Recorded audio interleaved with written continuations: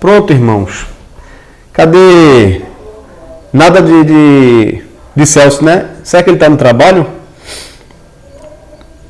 Não sei. Pode Mas ser. ele não informou nada, não foi no... Não. Ele não. Ele confirmou que ia participar pelo Meet, isso. Então, ou talvez ele esteja aí na espera, esperando a autorização. Eu demorei um pouquinho. Mas não chegou não nenhuma... que estaria aqui agora a notificação, mas para mim não está aparecendo nada não. Tá certo, irmãos? Então vamos fazer o seguinte, vamos iniciar. Eu vou pedir ao diácono Evanderlon que inicie esta aula com uma oração em nome de Jesus. Amém. Assim oremos. Santo, santo, santo, Pai onipotente, mais uma vez te agradecemos por esta oportunidade de estarmos aqui reunidos para aprender mais de Ti, Senhor. Abençoa, Senhor, o presbítero Sandro, que está encabeçando, capitaneando esse trabalho, essa reunião, este culto, mesmo em distância, Senhor, mas estamos reunidos em Cristo Jesus. Nos ajuda, Senhor, nos dá entendimento e que todo o trabalho de hoje, aprendizado, seja para a honra e glória do Teu nome, Senhor. Desde já nós te agradecemos, em nome de Jesus. Amém. Amém. Aí, Celso chegou. Eu vou diminuir só o áudio de vocês aqui para não ficar muito estridente na gravação aqui da tela. Celso. O Evanderlon, ele tá prontinho para dormir, isso. Já tá no jeito. Poxa, mas eu ia dormir mesmo, né, gente? Já tinha até horário. Mas é assim mesmo, meu irmão. Meus irmãos, nós vamos hoje ter a terceira aula e, em tese, a última aula, né, do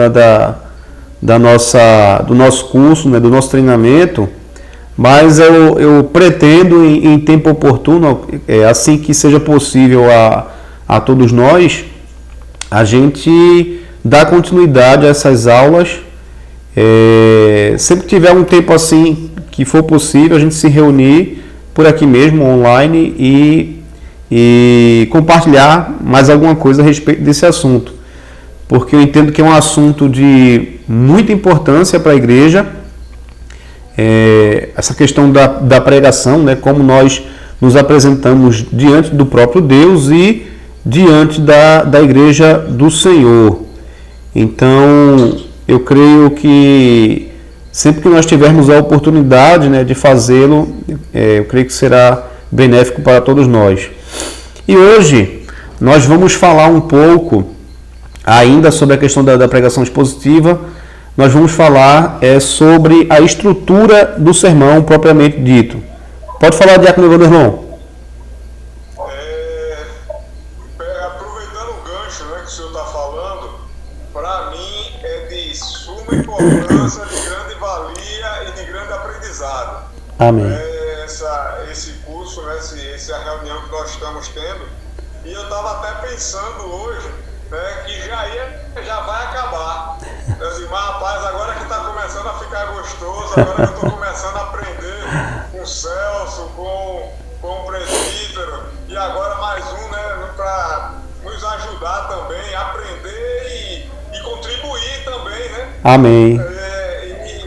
E agora que já está ficando no finalzinho, eu estava pensando, presbítero, claro que a gente vai ver as possibilidades, mas um dia bom para a gente fazer, já que não está tendo com tanta frequência a UPH, dia de terça-feira. Inclusive, o presbítero Renilson falou para mim que a gente vai marcar para fazer uma visita numa terça-feira dessa aí.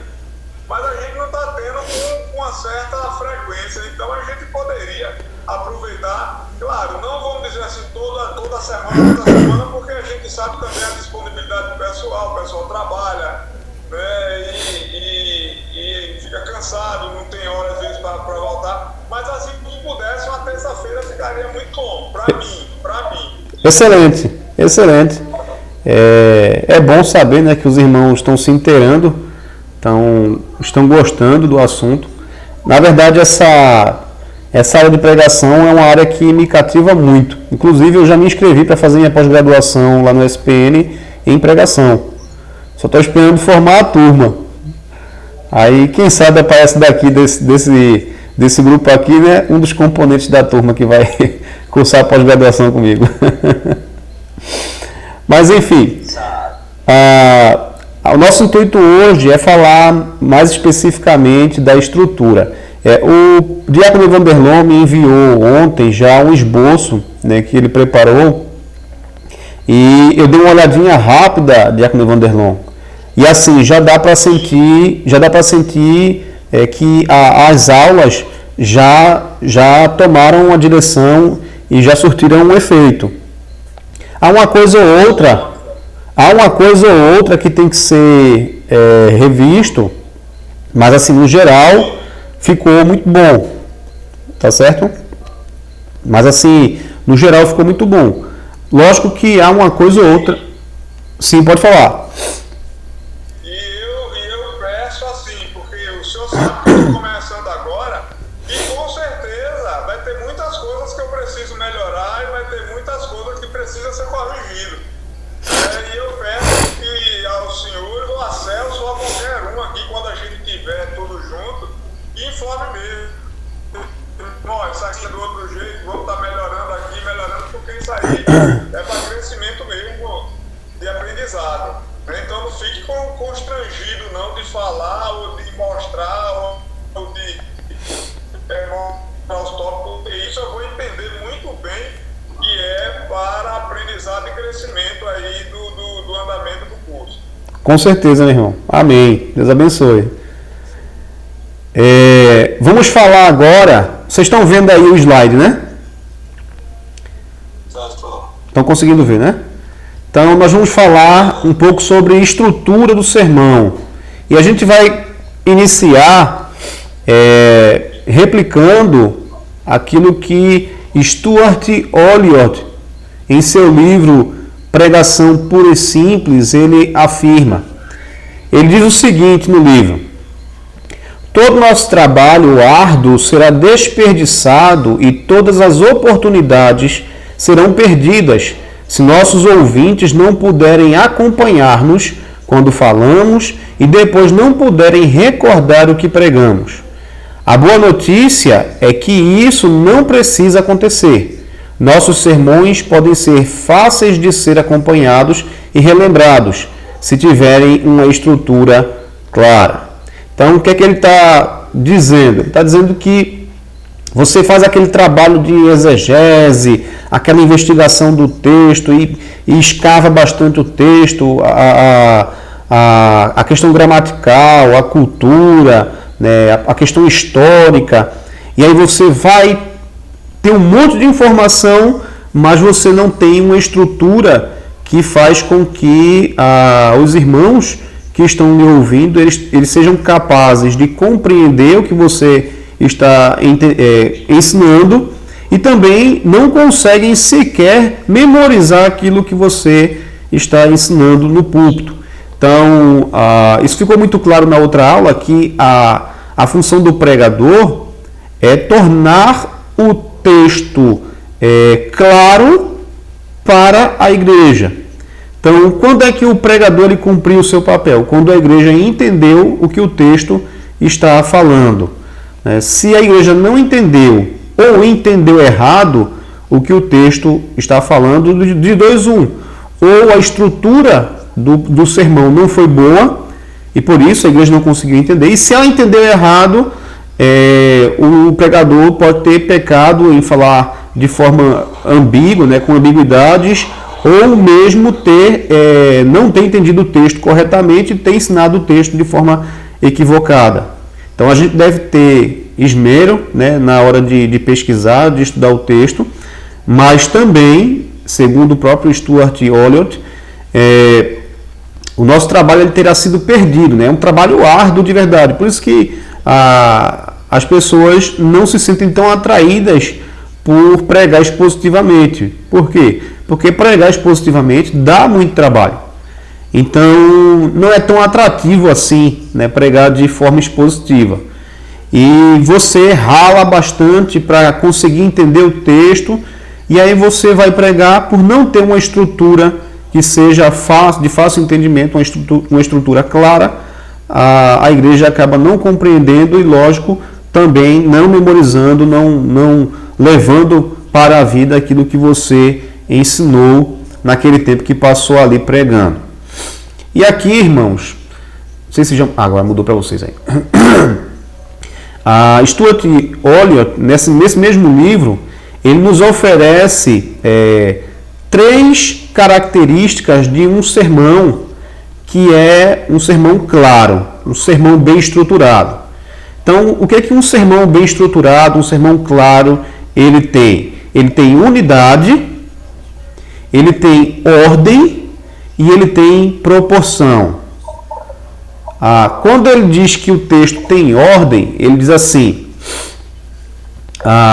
significa que todas as partes da mensagem se mantêm unidas. A mensagem não é formada de vários sermonetes desconexos, ou seja, há uma unidade, né, que faz com que o sermão ele seja transmitido de forma harmônica. Então, não há possibilidade de você, enquanto prega, ou seja, não é correto você apresentar o texto como se cada ponto do texto fossem mini sermões desconexos um do outro. Então, quando você vai pregar, você tem que zelar pela unidade daquilo que você está falando. Senão, fica desconexo, a pessoa não consegue entender de fato o que você está querendo transmitir, porque não há unidade, uma coisa não casa com a outra. Né? Então, eu falo até brincando, né? Você começa, já imaginou, você vai para uma festa de criança, e aí tem a musiquinha, né? Parabéns para você, tá todo mundo cantando parabéns para você, e você cantando Atirei o Pau no Gato. Então, não tem conexão uma coisa com a outra, né? Essas coisas não coadunam. Então, um sermão bem estruturado, ele tem como característica a unidade. Tá? Então, as informações, né, há uma coerência interna nas informações que ali estão contidas e que faz com que esse texto, essa pregação, ela contenha unidade. E isso facilita no entendimento de quem está ouvindo. Alguma dúvida, irmãos? Alguma dúvida? Lembrando que eu não estou vendo vocês agora porque vocês fecharam a câmera, eu não estou conseguindo ver vocês. Eu não estou vendo se vocês estão gesticulando, tá certo? Mas enfim. A minha está aberta. A minha está aberta. Então deve ser por causa da internet. Pronto. Então, irmãos, além da unidade, Stuart Olyott diz que um sermão bem estruturado ele tem que ter ordem. E o que isso significa? A ordem no sermão significa que o sermão é formado de ideias distintas que seguem umas às outras em uma cadeia lógica que conduz a um clímax. É como uma escada. Quando a gente está subindo uma escada, a gente sobe um degrau de cada vez.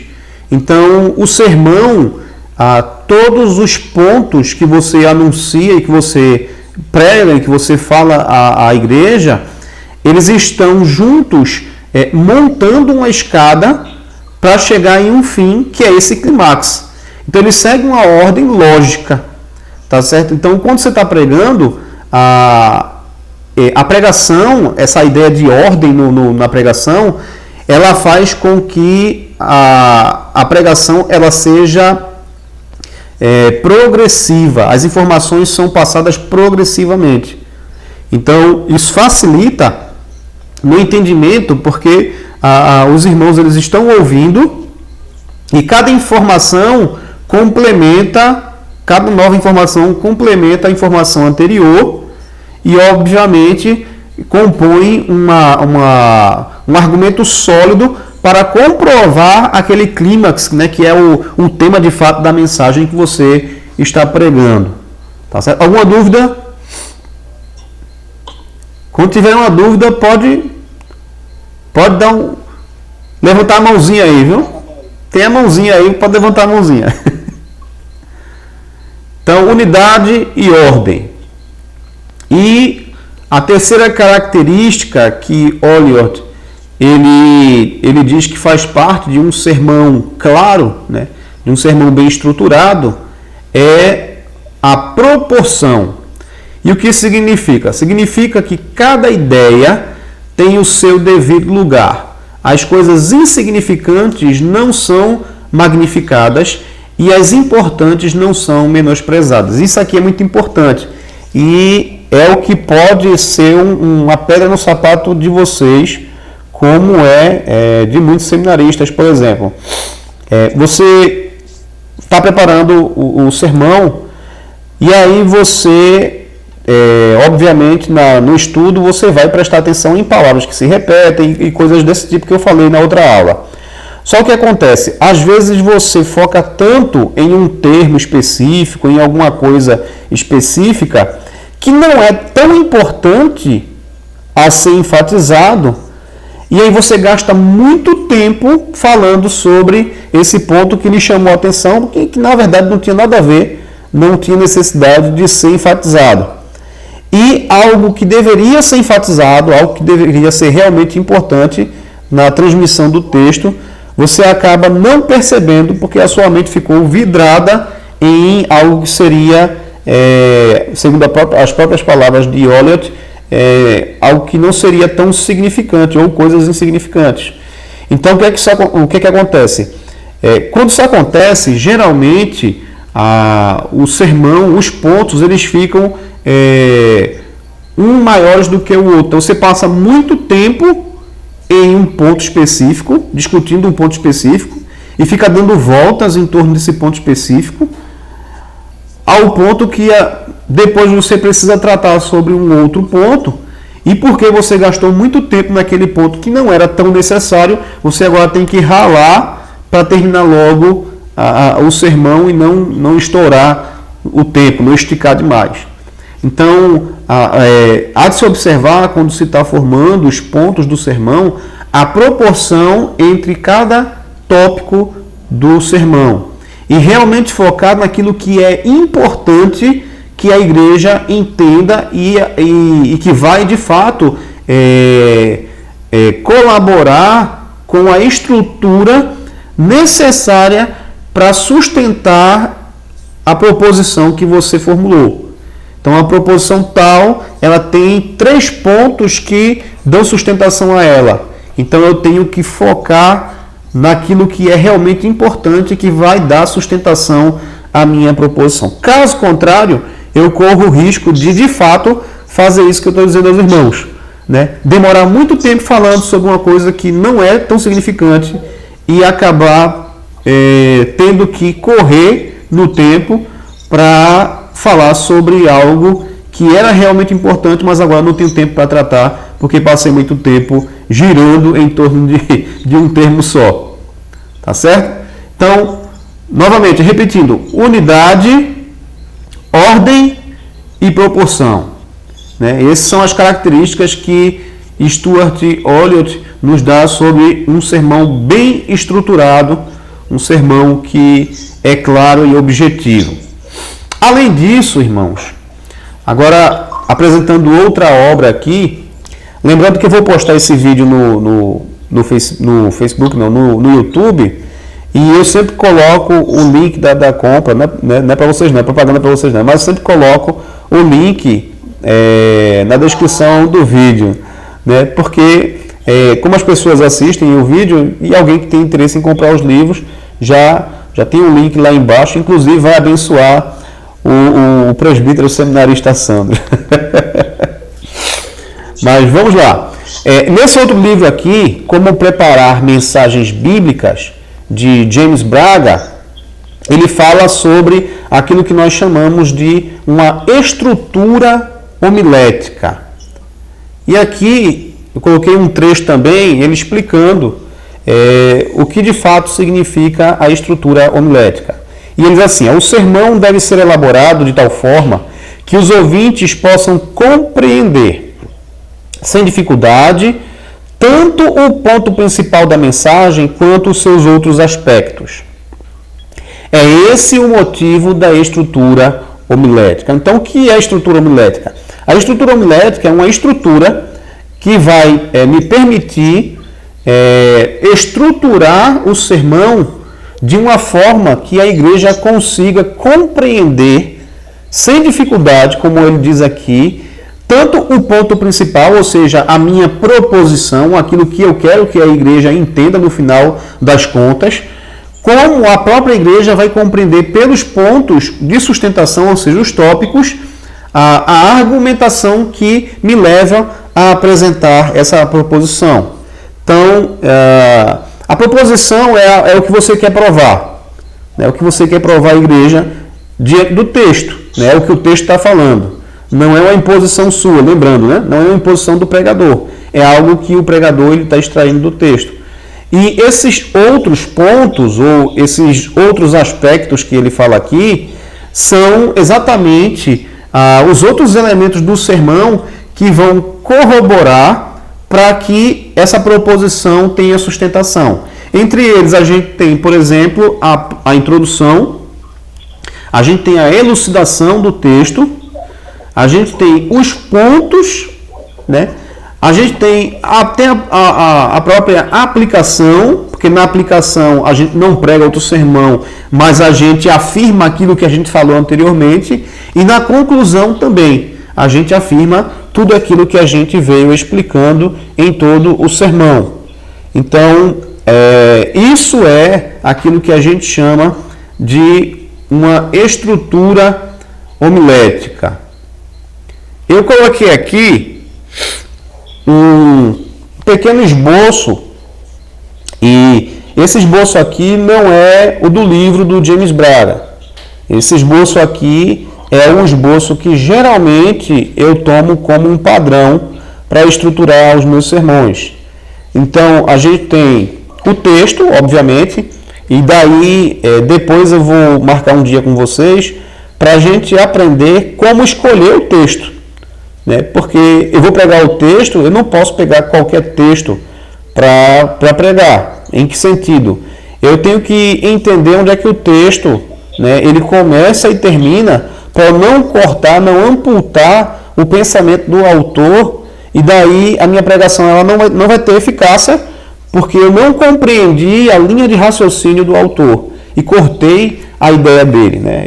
Eu não preguei o texto todo, logo não preguei o texto como deveria pregar. Então, a gente escolhe o texto, na estrutura a gente coloca o texto.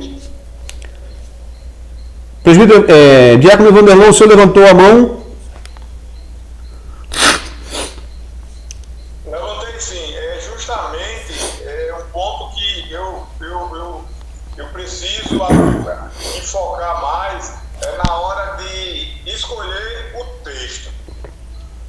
Justamente para a gente ter realmente a ideia do início e o fim, porque para não se perder, para não cortar, não saber entrar no momento errado ou sair no momento errado.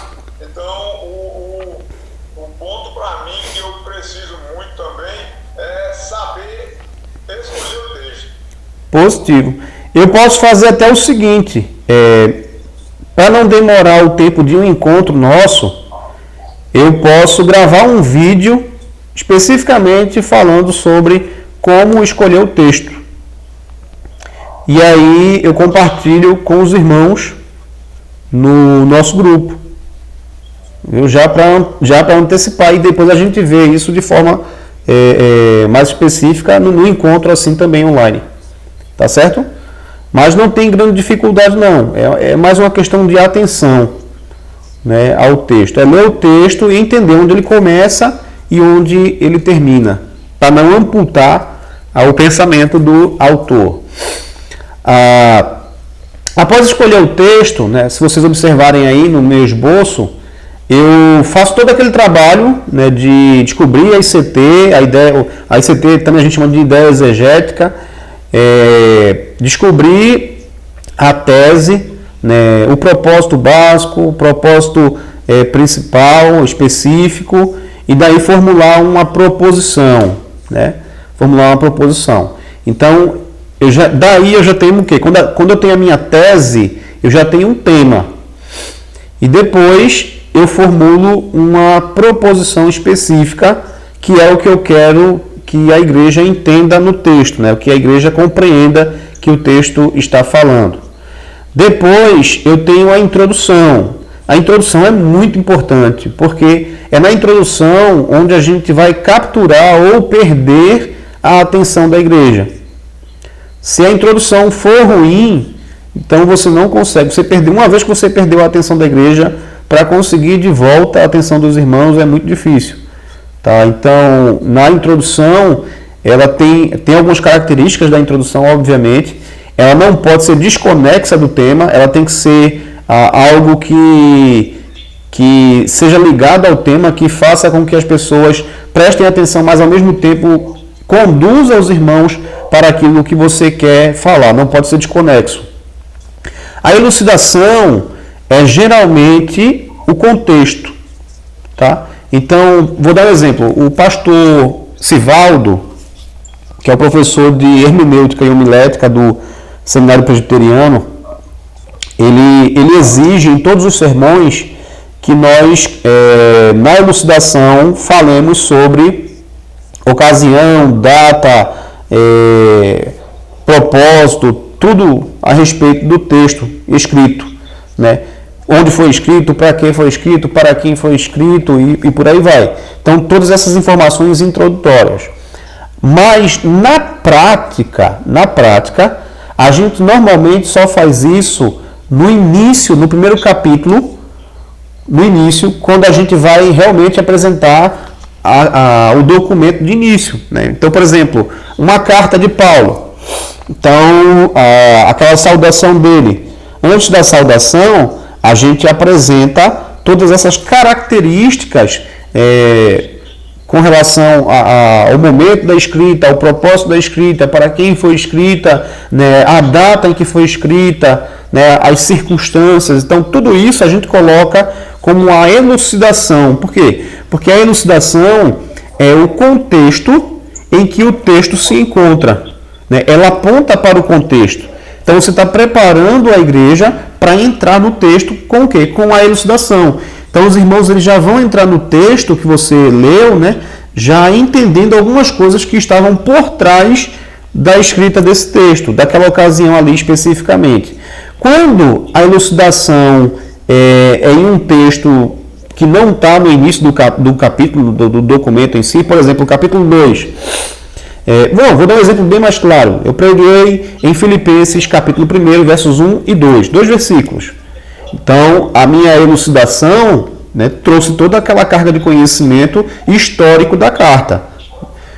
Já o sermão que eu estou preparando para pregar no capítulo 1, verso 3 ao 11, eu vou omitir toda essa parte introdutória da carta. O que é que vai ser a minha elucidação? O que eu preguei antes, que é o contexto imediato, e, aliás, no caso, é o contexto anterior, e também o que estava ocorrendo ali naquele momento da escrita dos versos 3 ao 11, né, que é o contexto imediato.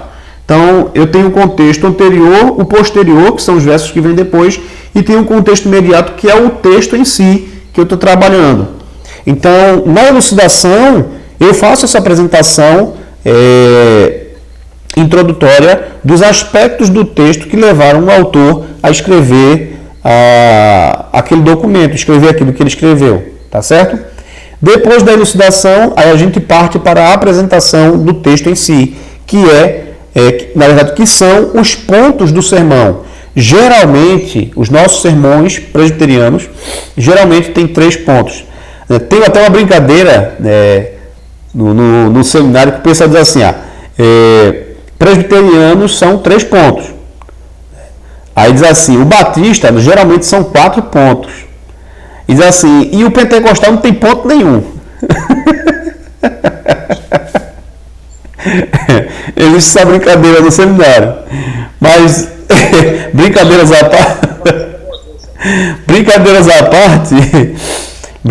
parte, então o ponto em si, o tópico, né? Cada tópico, ele geralmente, se vocês observarem aí, ele é dividido entre a exposição, ou seja, a explicação do texto, a ilustração e a aplicação.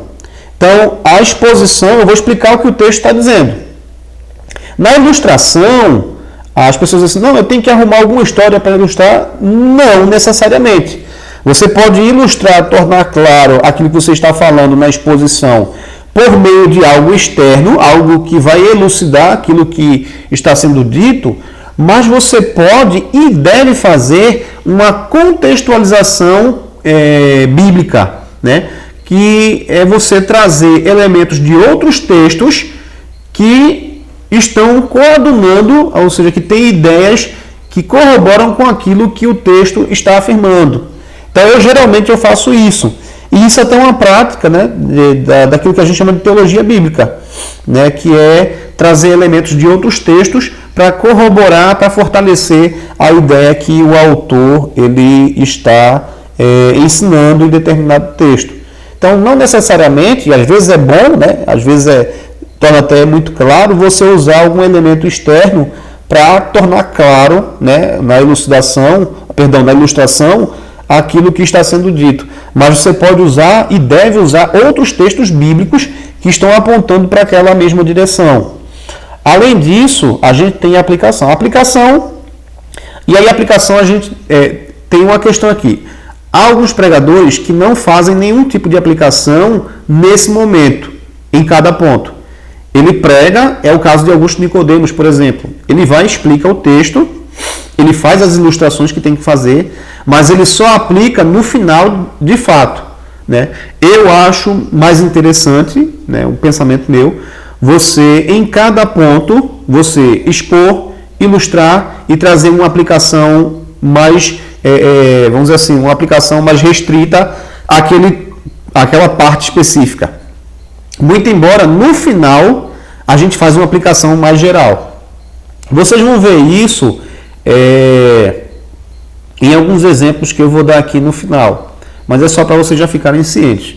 Então, cada ponto, primeiro ponto, segundo ponto, terceiro ponto, você tem exposição, ilustração e aplicação.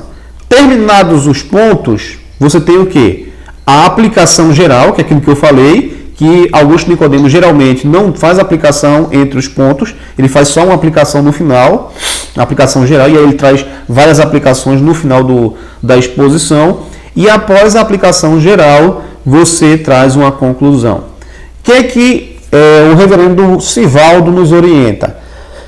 Você desenvolveu uma história, né, uma introdução muito boa, vamos supor.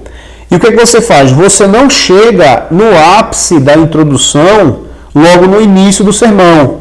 Você guarda a cereja do bolo para quando? Para o fim. Então, a conclusão, geralmente, é o desfecho da introdução. Então, você começa a introdução e você deixa aquela ideia no ar. Você já introduziu, você já chamou a atenção para o sermão, as pessoas já têm interesse em lhe ouvir, e quando você chega no final, na conclusão, você dá a cereja do bolo, que é o quê? A conclusão ela fecha com a ideia que você iniciou lá na introdução. Tá certo? Vocês vão ver isso na prática, né? Depois vocês estão fazendo aí. Deixa eu passar. Alguma dúvida? Pronto. Qualquer coisa, pode levantar a mãozinha. Agora, irmãos, eu trouxe aqui alguns exemplos tirados de... Eu peguei... Depois o senhor poderia até mostrar na prática, fazer um esforço para a gente ter uma noção, né, para poder montar. Pronto. Observem isso que eu vou mostrar agora. Eu peguei 2 sermões meus e saí recortando ele, né? Então peguei algumas partes para ilustrar o que eu estou falando aqui. Então vamos lá. Esse aqui é o texto de Efésios capítulo 4, versos 1 ao 7. Então, qual é o tema do texto? Preservando a unidade. Eu fiz todo aquele passo do ICT, da tese, do propósito básico, propósito específico, proposição, e aí eu cheguei a esse tema, preservando a unidade, é o assunto do texto. Só que a minha proposição, né, a proposição que eu vou utilizar para chamar a atenção da igreja não é preservando a unidade cristã. Né? A proposição, e na verdade aqui eu coloquei como propósito porque é exatamente o que eu quero que a igreja entenda. Então, qual o propósito, meu propósito ao expor esse texto à igreja? Instruir a igreja a que busque viver em quê? Em unidade. E daí, na introdução, observe o que eu fiz na introdução aqui. Eu peguei uma história que eu tinha ouvido há muito tempo, de um antropólogo que foi fazer um estudo em uma tribo africana. E daí, observem que no final vai ter o desfecho, vocês vão ver por que eu iniciei com essa história. E o texto diz assim, certo antropólogo que estava realizando um estudo sobre os usos e costumes da tribo Ubuntu, ao terminar seu trabalho, teve que esperar por seu transporte para retornar a seu país de origem. Aí, eu vou encurtar aqui para não ler tudo, mas assim, ele viu que ia demorar muito tempo para o transporte dele, o que ele fez? Ele quis fazer uma brincadeira com as crianças. Então ele foi à cidade mais próxima, comprou um cesto, comprou vários doces, encheu o cesto de doces e quando voltou colocou embaixo de uma árvore. Colocando embaixo de uma árvore, ele disse assim, vocês vão ficar parados e quando eu der o sinal, vocês vão correr. Aquele que chegar à árvore e alcançar o cesto de doces primeiro, pode ficar com todos os doces. E aí, eu não falei mais nada sobre esse caso. Eu fechei. Então o pessoal já ficou curioso para entender o que foi que aconteceu naquela história. Ou seja, eu já capturei a atenção da igreja para o que eu quero falar. Eu quero falar sobre o quê? Sobre unidade. E daí eu começo a introduzir o texto. Eu disse o quê? Depois, embora pareça inofensiva, a brincadeira deste antropólogo não poderia retratar melhor a sociedade individualista em que vivemos. Mesmo dentro das igrejas, e isso é bastante claro pela grande quantidade de igrejas que existem, com diversas formas e doutrinas, é muito comum observarmos um caráter individualista. O problema é que a palavra de Deus nos ordena, em diversas partes, a sermos unidos e zelarmos uns pelos outros. Ou seja, eu já dei a cartada e já capturei a atenção dos irmãos para o que eu quero transmitir à igreja. Aí, no outro slide, aqui, pronto, estão vendo, né? Aí eu já inicio o quê? A elucidação. Como é que eu inicio a elucidação? A carta aos Efésios, por exemplo, esse por exemplo aqui, eu já estou fazendo o quê? Estou conectando o que eu falei antes ao que eu estou falando agora. Então eu trabalho com conectivos. Aí, a carta aos Efésios, por exemplo, está estruturada em 2 grandes blocos. Aí eu falo sobre doutrina e sobre vida prática. E aí eu vou discorrendo sobre esses assuntos por meio da elucidação. No final da elucidação aqui, eu coloquei assim, dos versos 7 ao 16, Paulo fala sobre os dons concedidos pelo Espírito para que haja crescimento e edificação na igreja. Minha intenção hoje é trabalhar com os irmãos os 6 primeiros versos que tratam sobre a manutenção da unidade da igreja. E aí eu faço a chamada. Eu digo o quê? Com base nesse contexto, convido os amados irmãos para meditar sobre o tema, preservando a unidade da igreja. Então, observem que aquilo que eu tratei no início, na introdução, tem tudo a ver com o tema que eu quero apresentar à igreja. E aí eu já consegui fazer o quê? Capturar a atenção dos irmãos e conectar com o assunto que eu quero tratar junto com eles, apresentar por meio do texto. Tá certo? Alguma dúvida até aí? Não, né? Esse slide vai ficar, eu vou mandar para vocês também no grupo, então vocês vão ter acesso aos slides, tá certo? E agora, esse outro exemplo aqui não é do mesmo sermão, é outro sermão. É um sermão que eu preguei em Filipenses no capítulo 3, salvo erro, do verso 3 até o verso 14, se não me falha a minha memória. Então, aqui eu dei como exemplo para vocês a pergunta sermonária. Vocês lembram da pergunta sermonária? E já a introdução do primeiro ponto. Então, como é que o tema do texto fala sobre ter cuidado, Paulo diz, cautelai-vos dos falsos mestres. Né? E daí ele chama eles de cães e por aí vai. Então, eu coloquei assim, por que devemos ser cautelosos com os falsos mestres? Aí o primeiro ponto, porque eles confiam na carne, versos 2 ao 7. E daí eu discorro explicando o texto, vou explicando o texto, aqui não está completo, e vai chegar um momento em que eu vou ter que fazer conexões com esse texto. E como é que eu faço isso? Observem aqui que tem um momento, já aqui na explicação, que eu faço assim. Em Mateus 24, 43, Jesus fala que se o pai de família soubesse a hora em que o ladrão viria, não deixaria que sua casa fosse arrombada. De igual modo, o apóstolo orienta os irmãos de Filipos. Ele diz, estais atentos. Por que eu falei isso? Porque Paulo diz assim, acautelai-vos, acautelai-vos, acautelai-vos. Ele está chamando a atenção para o que ele quer falar. Ou seja, ele está dizendo, tenham cuidado. Tá certo? Então eu fiz o quê? Eu ilustrei o que Paulo está fazendo com um outro texto da Escritura, né, que o próprio Jesus fala, apontando para o fato de ter cautela, de estar atento para não ser atacado por esses falsos mestres. E daí eu vou conectando o texto, no caso o texto que é lá de Mateus, né, para que ele sirva como o quê? Como uma ilustração daquilo que Paulo está falando, daquilo que eu estou querendo comunicar à igreja. Então eu devo estar atento para quê? Para que eu não seja assaltado pelos falsos mestres. E daí eu vou desenvolvendo a ideia. E daí eu dei continuidade. Disse assim, os 3 predicados que Paulo atribui a esses falsos mestres demonstram que eles confiavam em sua segurança étnica e nas práticas da lei. Por que eu falei isso?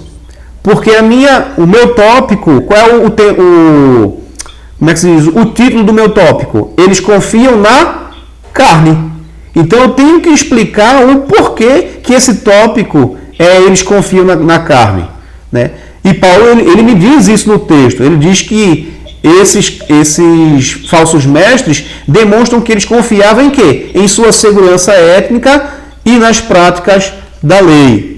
E aí eu vou discorrendo sobre todo esse argumento. Ou seja, eu estou comprovando que o título que eu dei ao tópico, ele é verdadeiro. Eu extraí ele de onde? Do próprio texto.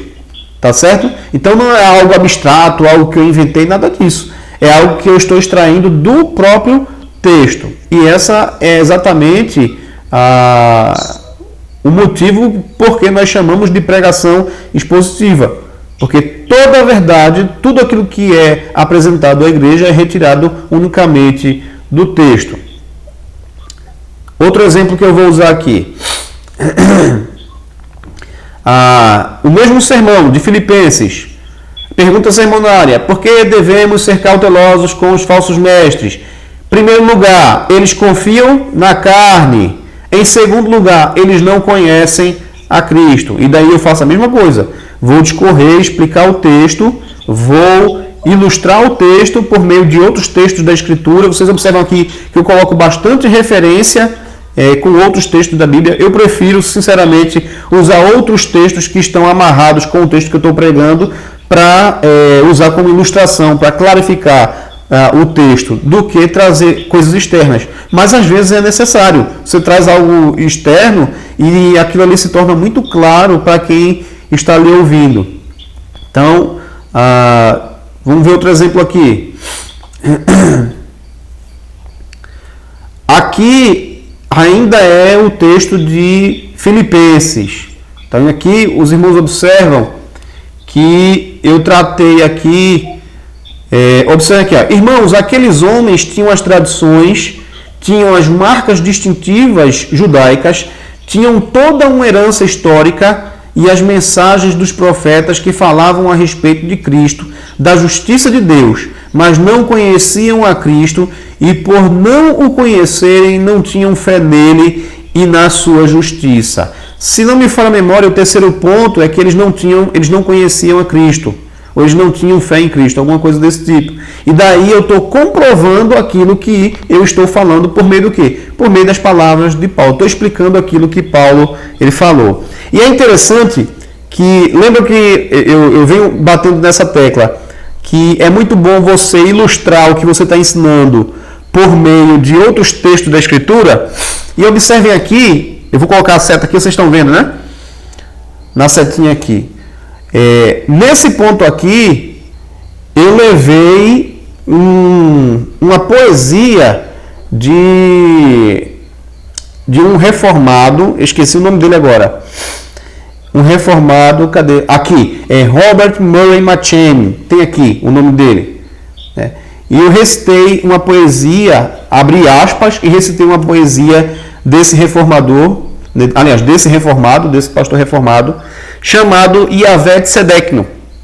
Então, observem que é um texto bíblico, né? Eu apontei para um texto bíblico lá no Antigo Testamento para comprovar o que Paulo está falando aqui e usei um material extra bíblico, que é uma poesia falando sobre a justiça de Deus, do Senhor como nossa justiça, comprovando que eu devo ter cuidado com esses falsos mestres, porque eles não conhecendo a Cristo e eles não crendo em Cristo, eles buscam justificar-se por si mesmos, pelas suas obras, pela sua posição étnica e por aí vai, e eles fazem o quê? Eles acabam rejeitando a única justiça que nos é apresentada desde o Antigo Testamento como sendo uma justiça que pode nos salvar, que é a justiça do próprio Deus, que é a justiça nossa. Ele se faz justiça, ele é a nossa justiça. Então observem que no sermão você vai fazendo conexões para tornar isso claro à igreja e fazer com que isso fique marcado na cabeça da igreja. Essa poesia, por exemplo, ela é belíssima, né? E eu acho difícil alguém ouvir essa poesia e não digo memorizar, mas guardar a lembrança na memória. É uma poesia muito bonita. Depois eu vou compartilhar no grupo. Hoje vai ser mais rápido, viu? Outro exemplo. Agora esse exemplo é sobre a aplicação. Na aplicação, eu acho que eu trouxe 2 exemplos da aplicação. Mas essa aqui, por exemplo. Aí essa aplicação aqui eu discorri em 2 pontos corridos, em frase corrida. Então observem que eu fiz assim. Na época de Paulo havia um grupo dos judaizantes que promoviam falsos ensinos dentro da igreja, substituindo a graça salvadora por uma salvação conquistada pelos méritos humanos, por tradicionalismos e costumes mortos. Em nossos dias, outros desafios têm se levantado, ou seja, a igreja entende o que foi dito por Paulo, entende qual foi o desafio enfrentado pela igreja naquela época, mas agora para nós existem outros desafios. E daí eu vou trazer o texto, trazer a aplicação do texto para quando? Para hoje. Né? É um desafio que a igreja de agora, não é a igreja daquela época, a igreja de agora tem um desafio que é resistir aos falsos mestres e aos falsos ensinos. Esses falsos ensinos que eu estou falando aqui não são somente esses falsos ensinos que são ensinados em seitas, por exemplo. Mas eu faço o quê? Eu trago uma abrangência maior. Eu falo aqui, por exemplo, em nossos dias outros desafios têm se levantado. O cientificismo, o mau testemunho de homens que usam o nome do Senhor indevidamente para obter lucros, mercadores da fé, mercenários, filosofias que são contrárias ao ensino da Escritura, igrejas que têm admitido todo tipo de pecado sob o pretexto de atualizar a mensagem do Evangelho e por aí vai. Então eu fiz o quê? Na minha aplicação, eu peguei aquilo que o texto estava dizendo para a igreja lá há 2000 anos atrás e agora, não, os nossos desafios agora são esses e nós temos que encarar esses desafios porque a igreja lá desafiou. Né? Então, a aplicação ela é o quê? É sempre o quê? Contemporânea. Eu faço a aplicação ao hoje, à história da igreja no momento. Tá certo? Alguma dúvida quanto a isso, irmãos? Celso?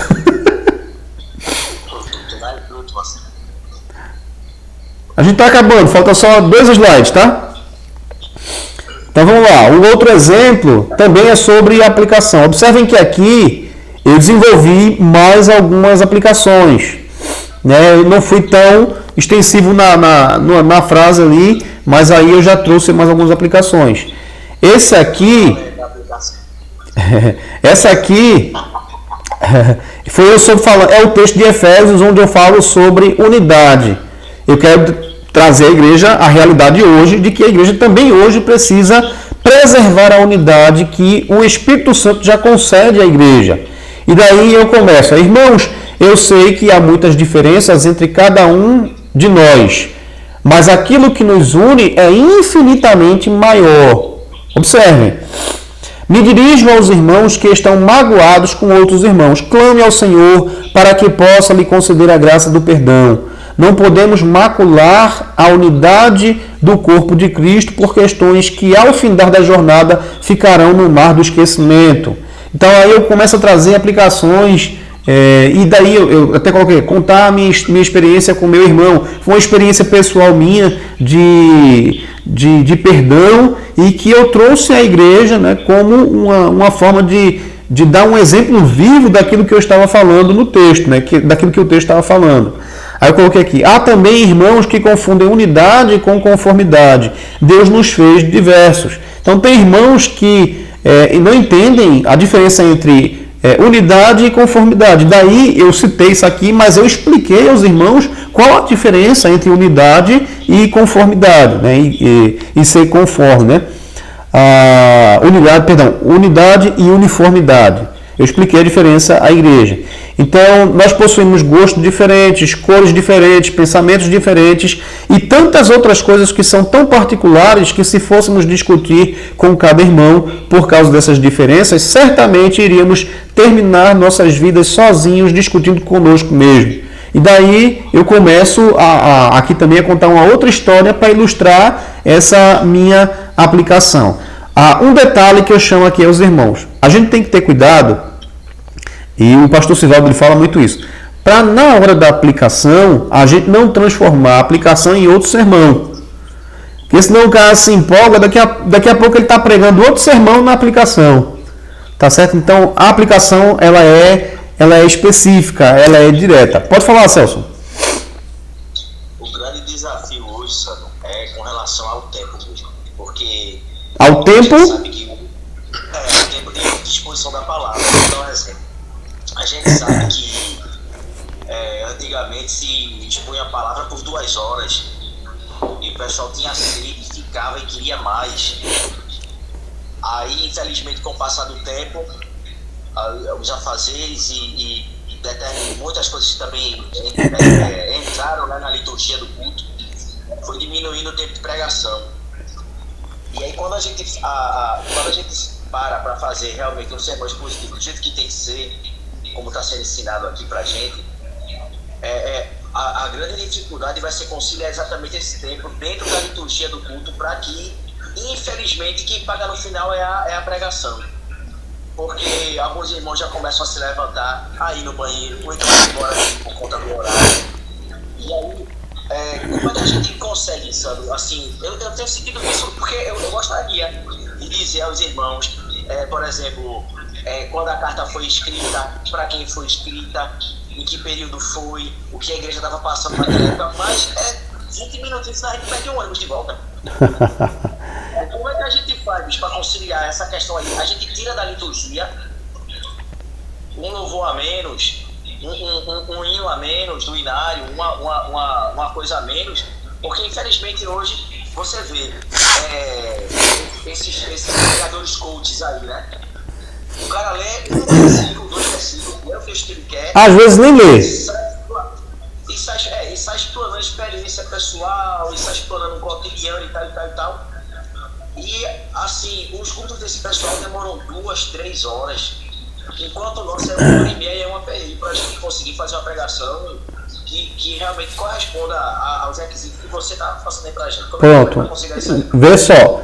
na hora da construção, da estruturação do sermão, a gente tem que tomar alguns cuidados. Lembra que eu falei da proporção? Sim. Então, por exemplo, manter uma proporção, a gente tem que ponderar as partes mais importantes do sermão. Então, por exemplo, a introdução ela não precisa ser... eu tenho um amigo, eu não vou falar o nome não, mas eu tenho um amigo que a introdução dele geralmente dura quase 20 minutos. Então, o pessoal perde a paciência só na introdução. Às vezes, e olha assim, o sermão dele é muito rico, tá? O sermão dele é muito bom, assim, muito rico em detalhes. Só que o que acontece? A gente tem como ser conciso, nós temos como ser concisos. Então você pode preparar um bom sermão sem omitir informações importantes. Geralmente, isso depois eu vou falar a vocês em outro momento, quando a gente estiver trabalhando, estruturando de fato. Mas geralmente o quê? Na introdução, 3, no máximo 5 minutos. Né?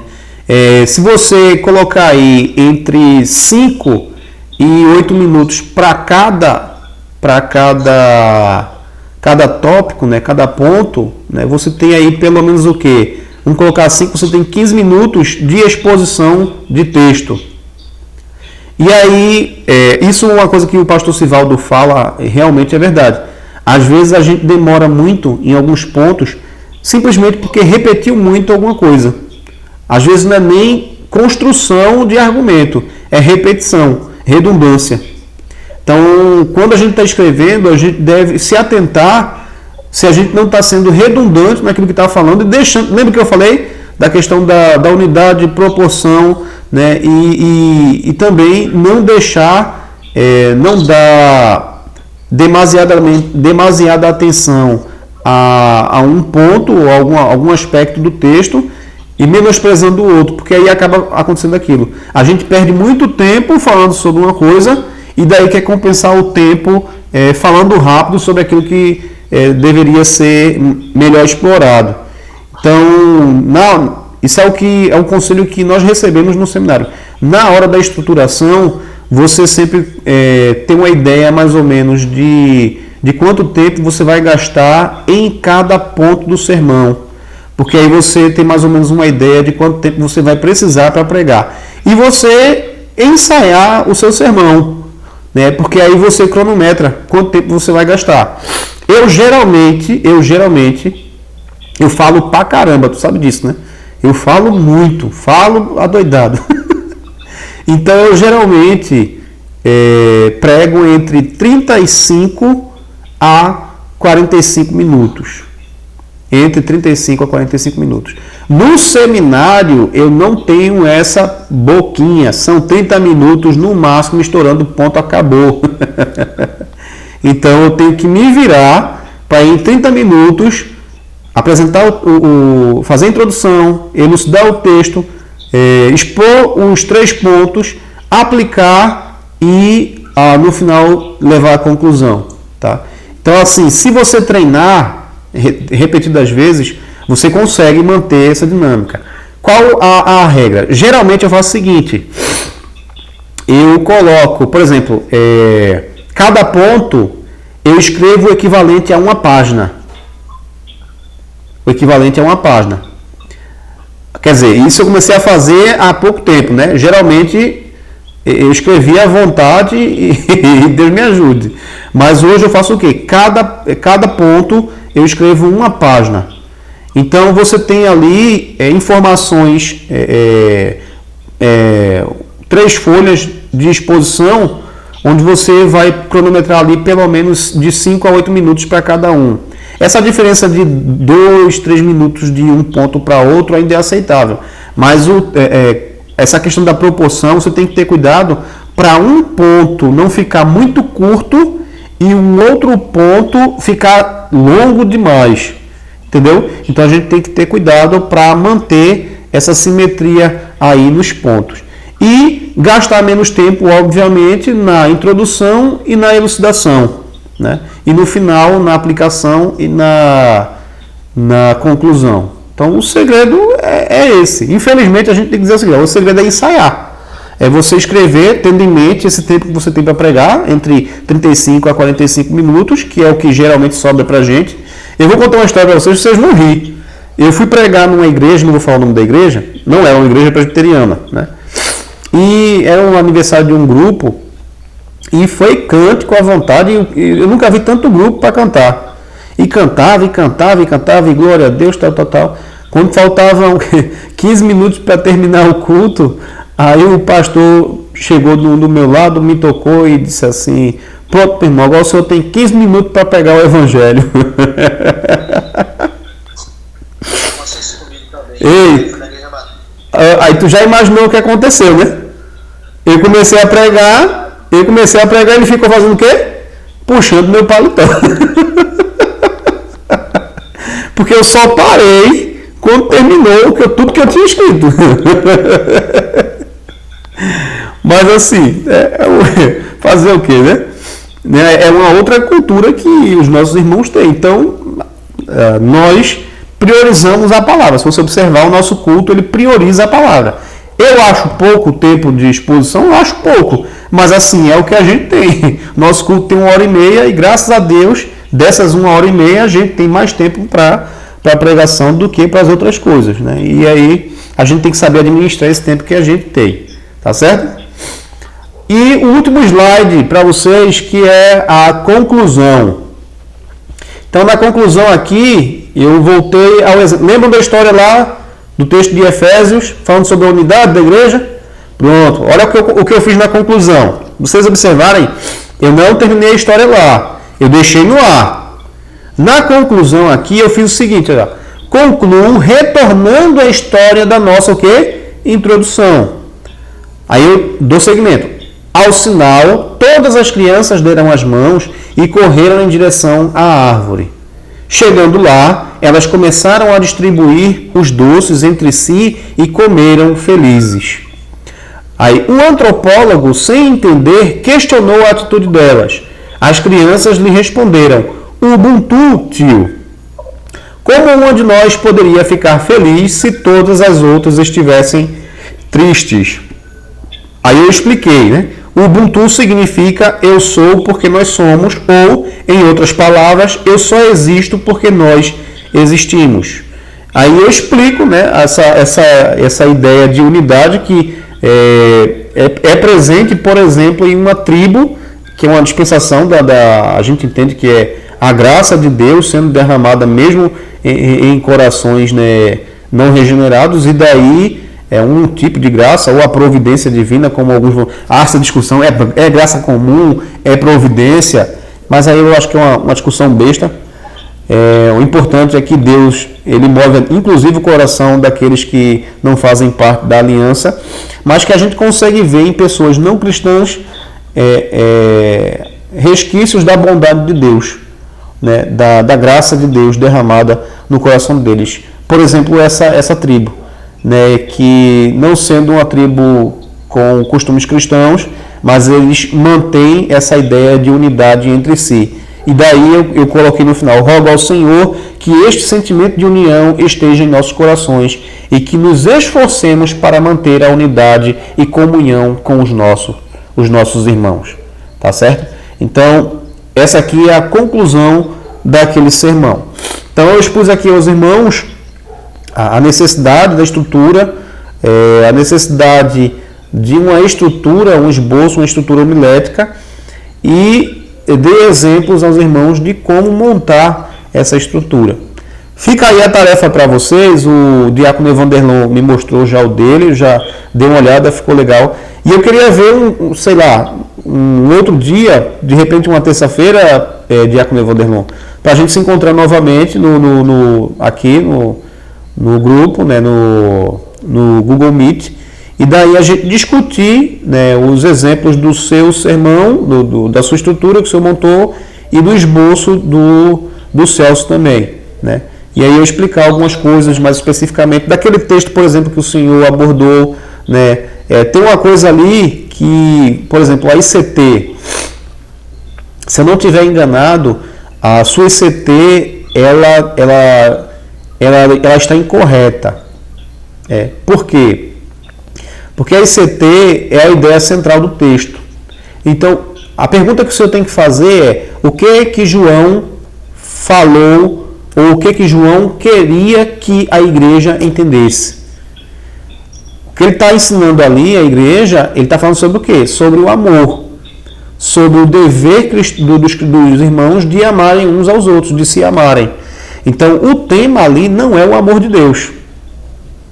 Se eu não me engano, o senhor colocou o amor de Deus, né? Alguma coisa desse tipo? Diácono Vanderlon? Oi, sim. Pronto. Então, o tema ali não é o amor de Deus.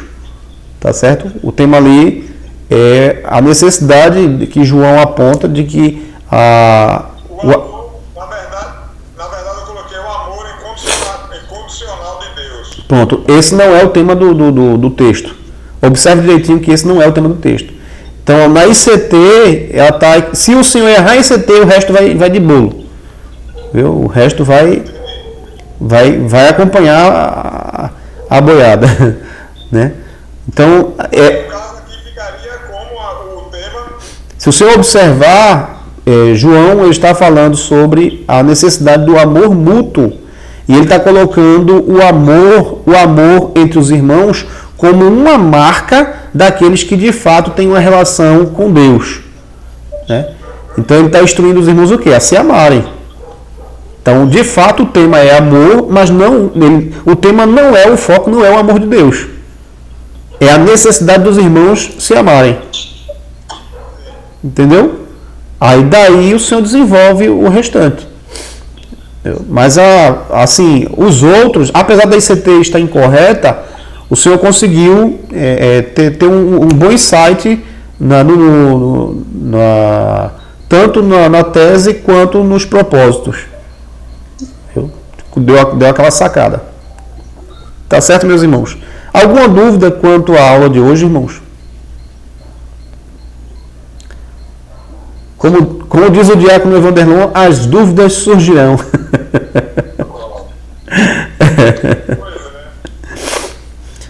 Pronto, meu irmão. Se não há mais nenhuma dúvida a ser tirada, eu vou pedir agora ao irmão Eric que encerre esta aula com uma oração de agradecimento ao Senhor.